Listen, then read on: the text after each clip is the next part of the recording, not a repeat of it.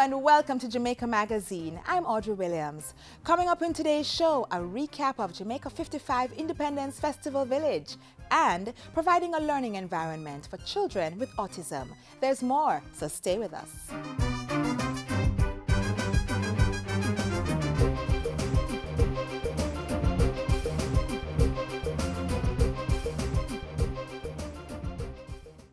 Conjunctivitis, otherwise known as pink eye, is caused by viruses which enter the eye through contaminated surfaces such as your hand, wash rags, cosmetics, handkerchiefs, contact lenses, and other personal items.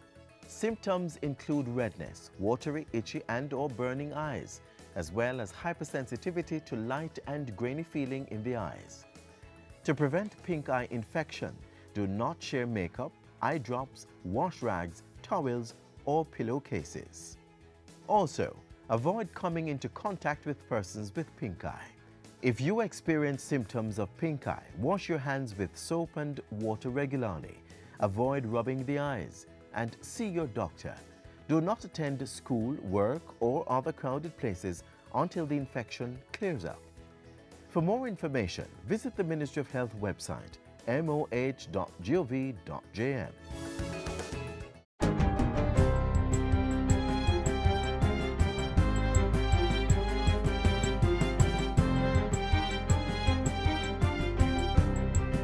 Good day, I'm Stephen McHugh and this is your JIS News for Thursday, August 31. The Planning Institute of Jamaica, PIOJ, is reporting that the country grew by an estimated 0.3% for the April to June 2017 quarter. It marks 10 consecutive quarters of economic growth, a trend that is expected to continue. Despite the slowing in the rate of growth during the last 2 quarters due to weather-related shocks, it is anticipated that for the remainder of the fiscal year, there will be a strengthening in the pace of growth, resulting in a fiscal year outturn within the range of 2 to 3%. PIOJ's Director General was speaking at the Institute's quarterly media briefing on Wednesday. The service industry recorded growth in all areas except producers of government services, which remained flat. Manufacturing and construction emerged as the top performers under the goods-producing industry. Another $350 million in special loans is being made available to small and medium-sized tourism enterprises, SMTEs. The money represents the second tranche of disbursements under the TEF Exim Bank SMTE loan facility. Tourism Minister Dr. Edmund Bartlett presented the funds to the Exim Bank during a function on Wednesday. He encouraged operators of small and medium-sized tourism enterprises to take advantage of the special loan facility to grow their businesses. Tourism is the most resilient industry in the world. It is the largest and fastest growing sector of the global economy today. Minister Bartlett says that as at August 29, the Exim Bank has received 28 completed loan applications under Phase 1 of the program, totaling $509.9 million. 22 applications have been approved and $311.16 million have so far been disbursed. Applicants can access up to $25 million each at 5% interest over 5 years. A new jetty has been constructed and opened at the Port Royal Sufferance Wharf, enhancing surveillance capabilities at the port. The wharf is run by the Jamaica Customs Agency and the jetty was constructed at a cost of $35 million. Commissioner of Customs Velma Ricketts-Walker says the new facility is critical to Customs' ability to meet its border protection mandate. That we keep our ports safe and ultimately our society and economy from illegal imports and illicit trading activities. This facility enhances our ability to undertake surveillance activities and rummaging of vessels. Meanwhile, Finance Minister Audley Shaw used the occasion to urge investors to seize the business opportunities being opened up in Port Royal by the building of the North-South Highway. That North-South Highway now opens up greater possibilities for tourism right here in Port Royal. So exciting times are ahead for Port Royal. Students from 91 primary and secondary schools in 8 parishes across the island will benefit from the pilot rural school bus transport system starting September. The parishes are St. Thomas, Portland, St. Mary, Clarendon, Manchester, St. Elizabeth, Hanover, and St. James. Speaking at a JIS think tank on Monday, Education Minister Ruel Reid said the pilot would initially target students enrolled on the Program of Advancement Through Health and Education, PATH. This is a project, by the way, that we are very excited about, and it's against the background that 20% of our children generally are absent from school each day. And when you look at the rural areas particularly, the cost of transportation is extremely high. The objectives of the pilot project is to provide a scheduled, safe, and affordable mode of transportation, which will hopefully improve school attendance by students in rural areas. Senator Reid says the ministry has committed $200 million for the first year of the pilot, and the continued partnership with the Ministry of Transport and Mining is allowing them to broaden their reach. We also will see, in collaboration with the Ministry of Transport, getting the JUTC services a little bit more out of town, into the Old Harbour, Maypen area, pushing out into the Manchester area, so that what you'll have happening is that many students now will benefit from the same cost of transportation as in the corporate area. This year's proceeds from the JN Foundation Heroes in Action Run Walk will go towards upgrading the Trelawney Infirmary. The infirmary, which currently houses 52 residents, is the only free government facility of its kind in the parish. The funding will ensure that the infirmary's occupants have access to the kind of environment that promotes physical and emotional well-being. The government has given its full endorsement of the Run Walk, which is supported by the Usain Bolt Foundation. This event fits in very, very well. We have a national sports policy, and the vision of the policy is to create a dynamic and enabling environment in which persons enjoy and excel in sport at all levels, while building strong bonds of unity in communities and, of course, keeping physically fit. And so this event is one that the ministry endorses and that we would like to see it grow from strength to strength. The JN Foundation Heroes in Action Run Walk will be held on Sunday, October 15. It kicks off at 6:30 a.m. with a warm-up session at the Falmouth Pier. And finally, Jamaica has signed 2 cooperation agreements with the Republic of Chile aimed at strengthening bilateral relations. The countries signed an agreement on sport to support Jamaica sharing technical knowledge in athletics, while Chile provides expertise on grass hockey, tennis, and gymnastics. The other agreement focused on the promotion of visits between both countries. The documents were signed during Prime Minister Andrew Holness's one-day official visit to that South American nation. In addition to bilateral talks with President Michelle Bachelet, Mr. Holness met with business leaders in the hotel and tourism industry, as well as a delegation from Chile's National Chamber of Commerce, Services and Tourism. While in Chile, Prime Minister Holness also attended a working meeting at the headquarters of the Economic Commission for Latin America and the Caribbean, and he participated in a floral tribute at the monument of the Liberator General Bernardo O'Higgins. And that's it for JIS News Today. I'm Stephen McHugh. Thanks for watching.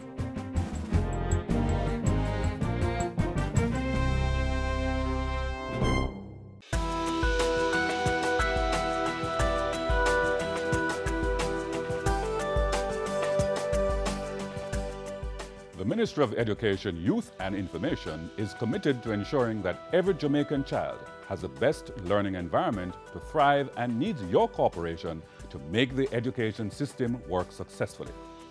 That is why we are ensuring that all Jamaicans have full access to secondary education. Tuition is free of cost to you, but the government can't pay for everything, so do continue with your voluntary contributions. These contributions cover the expenses of co-curricular and sports activities and school development projects. We have also increased our support for PATH students. That's right, PATH students are not expected to make contributions, and they will be provided with 5 days of free lunches. We know that a hungry child cannot learn.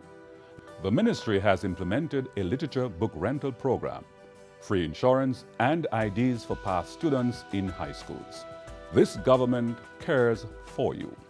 We believe that every child can learn, Every child must learn. The Ministry of Education has been ensuring that learning takes place among all children, especially those with special needs. Let's hear about the provisions being put in place for children with autism.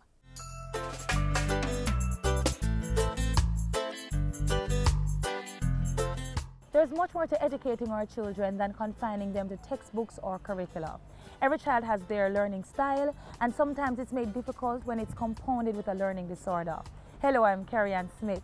The number of diagnosed cases of autism in Jamaica is on the increase, and the Ministry of Education, Youth and Information is tasked with the responsibility of ensuring that provisions are in place to facilitate the learning of these students. With me is Acting Assistant Chief Education Officer in the Special Education Unit in the Ministry, Mrs. Ann Newman. Welcome. Thank you, Carrie. All right, so let's get into it. What are the numbers as it relates to the increase in autism in schools? Okay, the Center for Disease Control in the United States suggests that there's a ratio of 1 in every 6 to 8 births. When that is applied to a Jamaican birth rate in Jamaica, it means that as many as 500 odd students or children could be born with autism. Okay. And it is skewed towards boys, so the ratio is 4 to 1. All right, before we even get into exploring the issue, what is autism? Autism spectrum disorder is a developmental disorder that's usually diagnosed by age 4.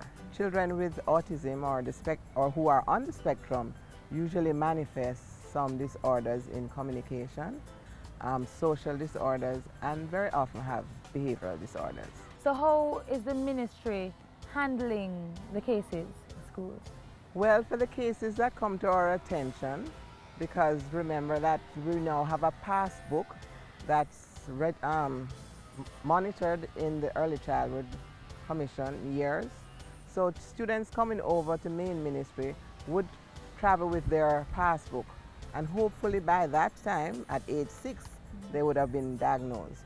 Unfortunately, some students have fell through the cracks and are not diagnosed as early. So once they're brought to our attention and there is a diagnosis, then we can do the appropriate placement. Remember I said it's a spectrum disorder, so some children have a mild case and some children more moderate or severe. Students who are on the spectrum need different interventions. So depending on the severity of the diagnosis, whether it's mild, moderate or severe, they are placed in the appropriate settings. Students with mild autism usually are educated in the mainstream, whereas others who are severe or in the moderate range are educated in our special schools. Okay, so it's important for them to be diagnosed early. Critical, critical, critical. Early diagnosis and intervention is the key to the measure of success we have. All right, so now that you're talking, it seems to me it's a holistic approach because parents need to ensure that if it is that they're seeing any of these signs, that they get their children tested. Parents need to remember that they're usually their child's first teacher, and they need to follow their instinct, and wherever they have reason to be suspicious that something could not be quite so right, it is their responsibility to seek professional advice and assistance. All right. So what are the programs or intervention strategies that are in place to ensure that these children are not lost in the system? Okay, again, we go back to early intervention. Right. Once students are diagnosed, then it is the responsibility of the parents, and if they're in a school program, early childhood, or wherever they may be on the continuum, it is the responsibility of the system to make the appropriate referrals. Persons can come to ministry at any time, the special education unit, for us to advise and help with placement of students. I know that the ministry promotes an inclusive, integrated system. Are the schools prepared for this? There is some measure of preparedness. Since 2005, all teachers in Teachers College were exposed to an introductory course in exceptionalities. This course really is just a cursory course, and it means that teachers in the regular system should be able to detect and have reasons to suspect that if a child is not developing along the normal path, and suggest to parents that they have the child assessed. Once the assessment is done and the diagnosis is made, You'll get a fulsome report that gives recommendations as to the way where the child should be educated and programs that the child will need, support programs that the child will need. In addition to the training of teachers, we now have special needs coordinators who work with the regular schools that will develop and present workshops depending on the needs in the school. And those children who are in the mainstream can be educated by specially trained special educators in pull-out classes or self-contained classes. Okay, and how should we treat these children? You know, many times we label them as just rude, out of order. How should we even react to them? Well, first of all, it needs an understanding. Yeah. And sometimes we are not as sympathetic as we ought to be. But the first thing is, if we give unconditional love, then we will see that children who may act outside of what we consider the norm are actually having some difficulty. And we need to just be empathetic to their parents, not label them. Thank you so much. But before we go, can you just leave us with a few tips, parents, teachers, as to how we can deal with children with autism? I can't overemphasize. Early intervention is the best. And I would also recommend to parents, once a child has been diagnosed to be on the spectrum, that they join a support group. There's a Jamaica Autism Support Group, and just to get feedback and support from other parents who are in a similar situation cuts the journey in half. And to teachers, seek more information. There's always, as a professional, we always need to develop and grow. There's a lot of information on the net. Seek more information. It will make you a better professional. Thank you so much, Mrs. Newman. My pleasure.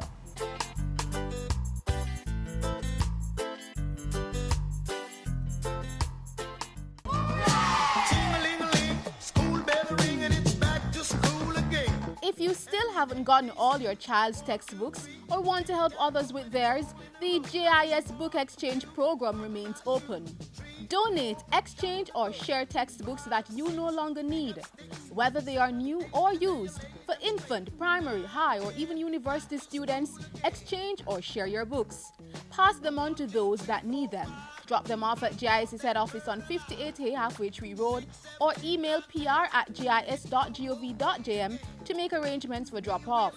For further information, contact the Public Relations and Marketing Department at 9291919 or 926359024.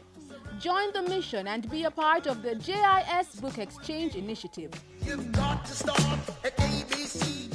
If you're watching the JIS, you're always in the know when it comes to government information and news. Keep watching, keep informed, and tell your friends. JIS, your #1 source for government info. Up next, a recap of activities at the National Arena during the Jamaica 55 Independence Festival Village.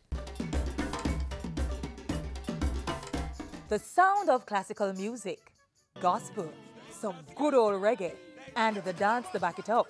Plus, the crowning of a queen, mixed with fashion and some old-time synthing will come back again. It was 7 nights of unforgettable performances. And it all took place at the Jamaica 55 Independence Village at the National Arena, July 29 to August 5, 2017. The first night was standing ovation, an evening of extraordinary talents.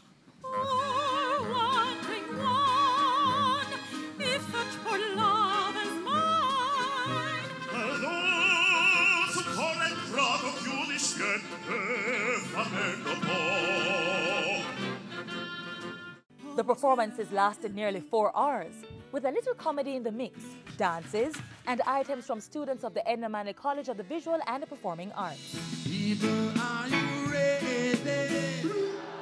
Oh, Lord. That signaled the start of good old-time music, including the festival songs flashback segment, which was well received. And everybody just dying.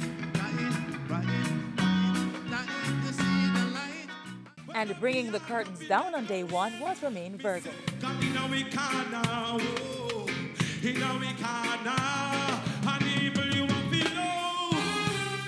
Hallelujah.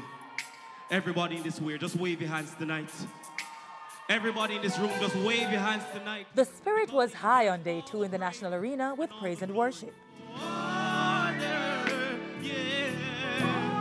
The occasion was to select a winner in the gospel song competition. JCTC 2017 winner is Shauna Lee Steele.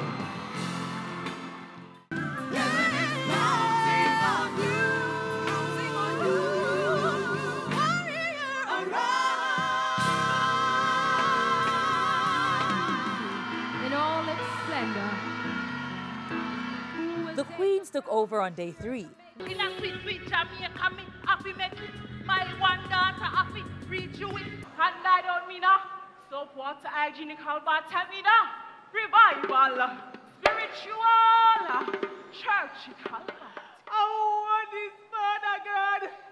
But in the end, Miss St. Elizabeth, Dana Lynn Swaby, reigned supreme, much to the approval of her supporters.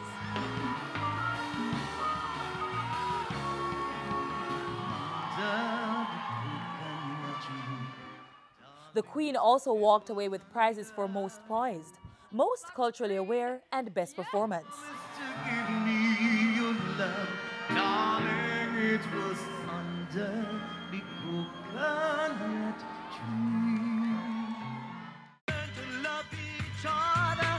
The colors for Jamaica 55 Independence were green, black, and gold with a touch of red. And who knows best how to put those colors together than our top designers?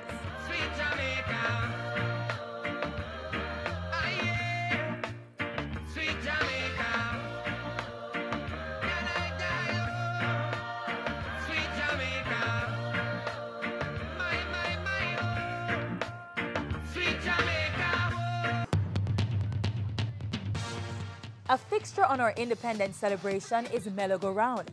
Here, the little ones get a chance to show off huge talents. Uno moves, get set, and him shoot.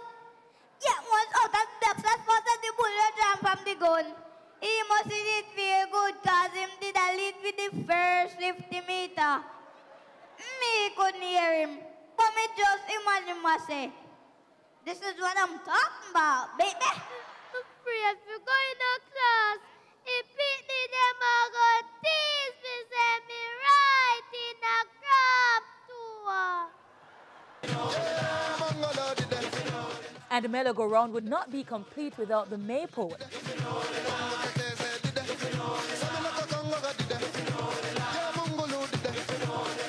The quadrille.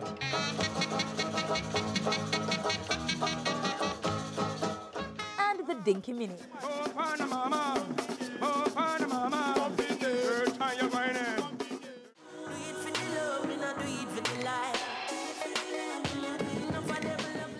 The momentum picked up on day 6 with some wicked dance moves and DJ sound clash.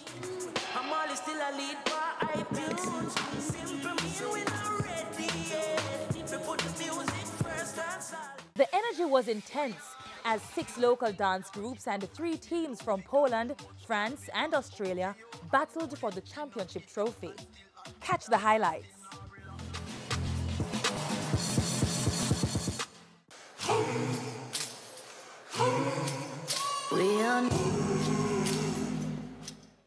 In the end, the champion trophy and $500,000 went to exclusive dancers. The DJ sound clash between Chris Diamond and Copper Shot was just as entertaining. Put up every hand in the sky. All who say peace in Jamaica, we have the anthem, sir. Let me start with it first. Ready? Get ready to go. Everybody get up on the seat and we'll party now. The most forward went to Copper Shot to crown them the 2017 DJ Sound Clash champion.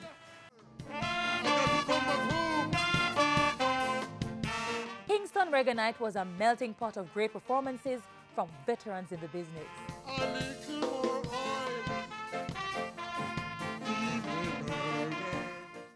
When the road is called up yonder, then a song will be singing the brown skin And not for everybody, so bleaching your face happy from your do that to your skin. That means that you don't love yourself.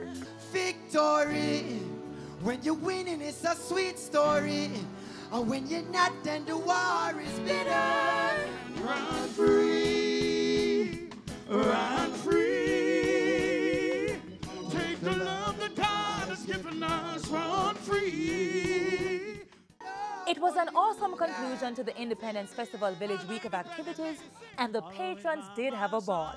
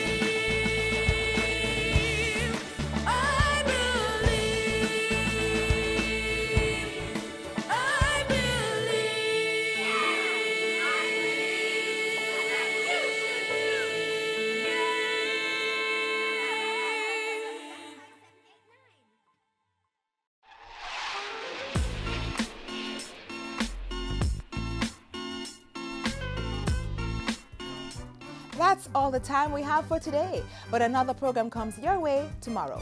Until then, just click on our website, jis.gov.jm, to stay connected. And while you're online, send your feedback to Jamaica Magazine at jis.gov.jm or via tweet at JIS News. On behalf of the production crew, I'm Audrey Williams. Take care. This has been a production of the Jamaica Information Service, the voice of Jamaica.